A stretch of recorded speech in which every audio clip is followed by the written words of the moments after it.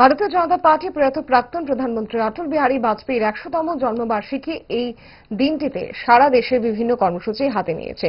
তারই অঙ্গ হিসেবে প্রথমেই বরজলা মণ্ডল অফিসের সামনে প্রয়াত প্রাক্তন প্রধানমন্ত্রী অটল বিহারী বাজপেয়ীর প্রতিকৃতিতে পুষ্পার্ঘ্য নিবেদন করে শ্রদ্ধা জানান উপস্থিত নেতৃত্ব। পরবর্তী সময়ে বরজলা মণ্ডল থেকে এক পদযাত্রা বের করা হয়। পদযাত্রাটি পটুনগর, নতুন নগর, দীঘালিয়া স্কুল মাঠে সমাপ্তি হয়।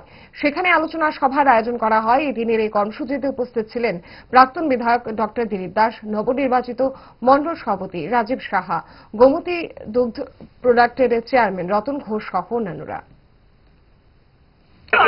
আমাদের আজকে যে ভারতবর্ষের যিনি প্রাক্তন প্রধানমন্ত্রী তথা ভারতরত্ন শ্রী অটল বিহারী বাজপেয়ীজির জন্মবার্ষিকী সারা ভারতবর্ষব্যাপী আমাদের আজকে সুশাসন দিবস হিসেবে পালিত হচ্ছে।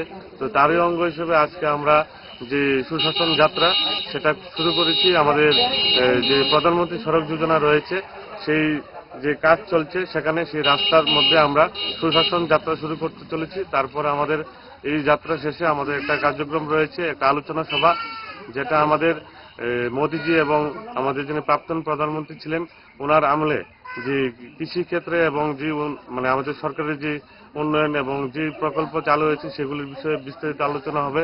পাশাপাশি বিকশিত ভারত যে আমাদের স্বপ্ন, সেই উদ্দেশ্যে আমাদের আলোচনা থাকবে।